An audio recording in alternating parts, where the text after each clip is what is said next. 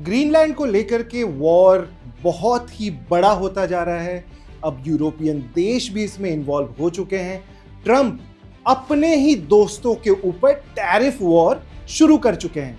Trump ने भारत पर 500% का जो टैरिफ की धमकी दी, उसके बाद 200% टैरिफ की धमकी उन्होंने फ्रांस को दे दी है, वो भी उनके वाइन प्रोडक्ट्स पर।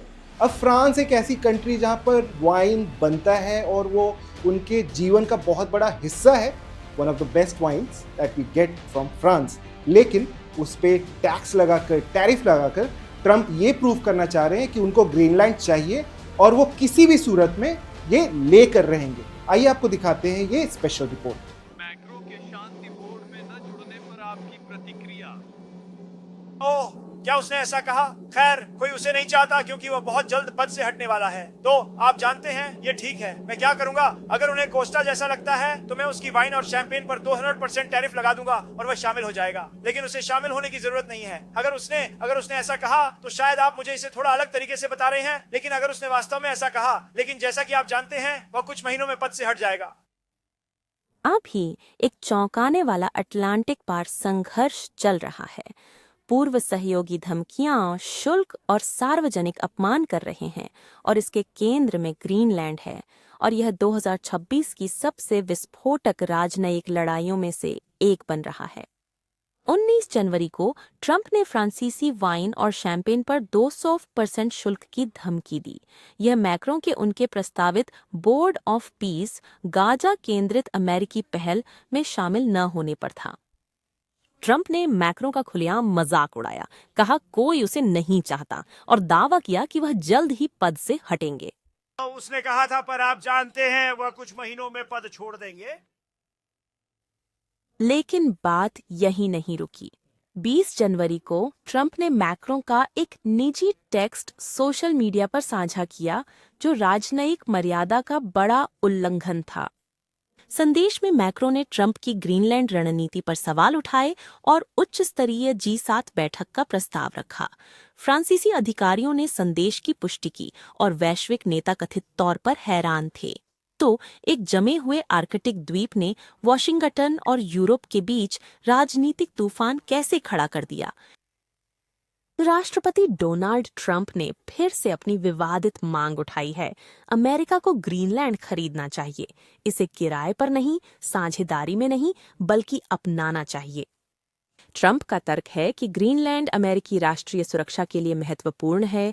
आर्कटिक में बढ़ते रूसी और चीनी प्रभाव, रणनीतिक सैन्य स्थिति और अप्रयुक्त संसाधनों तक पहुंच का हवाला देते हुए अभी हम ग्रीनलैंड पर कुछ करेंगे, भले ही उन्हें पसंद न हो, क्योंकि अगर हमने नहीं किया तो रूस या चीन ग्रीनलैंड पर कब्जा कर लेंगे और हम रूस या चीन को पड़ोसी नहीं चाहते। 4 जनवरी 2026 को ट्रंप ने कहा, अमेरिका को ग्रीनलैंड चाहिए, डेनमार्क इसकी रक्षा नहीं कर सकता। उन्होंने चेतावनी दी, अमेरिका आगे बढ़ेगा, चाहे वे चाहें या न चाहें। उस बयान ने पूरे यूरोप में हलचल मचा दी। ग्रीनलैंड डेनमार्क का अर्ध स्वायत्त क्षेत्र है, जो नाटो का सहयोगी भी है। ट्रंप के बयानों ने एक अकल्पनीय सवाल खड़ा कर दिया, क्या अमेरिका अपने सहयोगियों को धमका या उन पर दबाव डाल सकता है? मध्य जनवरी तक बयानबाजी कार्रवाई में बदल गई। 17 जनवरी को ट्रंप ने 8 यूरोपीय देशों पर व्यापक शुल्क की घोषणा की, जिनमें फ्रांस, जर्मनी, यूके और डेनमार्क शामिल थे। संदेश सीधा था, ग्रीनलैंड पर अमेरिका का विरोध करो और कीमत चुकाओ। टैरिफ 1 फरवरी को 10% से शुरू होंगे, जून तक 25% तक बढ़ जाएंगे, जब तक यूरोप ट्रंप द्वारा ग्रीनलैंड की पूर्ण और कुल खरीद के लिए सहमत नहीं होता।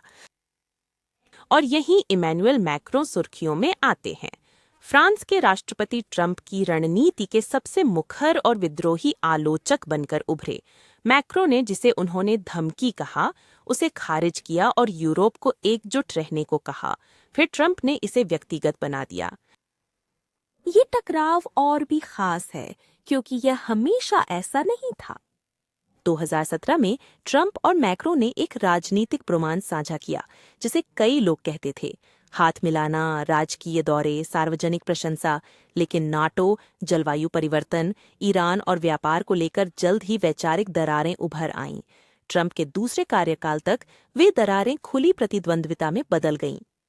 ट्रंप का अमेरिका फर्स्ट मैक्रों की यूरोपीय स्वायत्तता से टकराया। अभी मैक्रो यूरोप को एकजुट कर रहे हैं। वह आपातकालीन यूरोपीय संघ की बैठकें बुला रहे हैं, जवाबी व्यापारिक कदम उठा रहे हैं और डेनमार्क के समर्थन में ग्रीनलैंड में सैनिकों की तैनाती का समर्थन कर रहे हैं।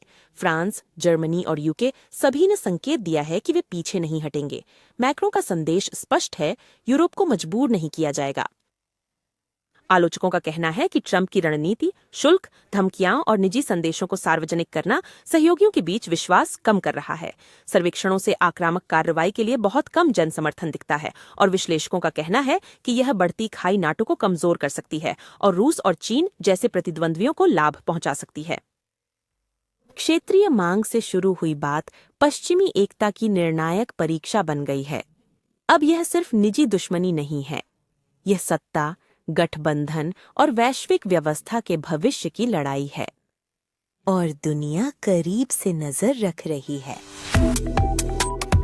वन इंडिया से जुड़े रहें। वन इंडिया ऐप पाएं।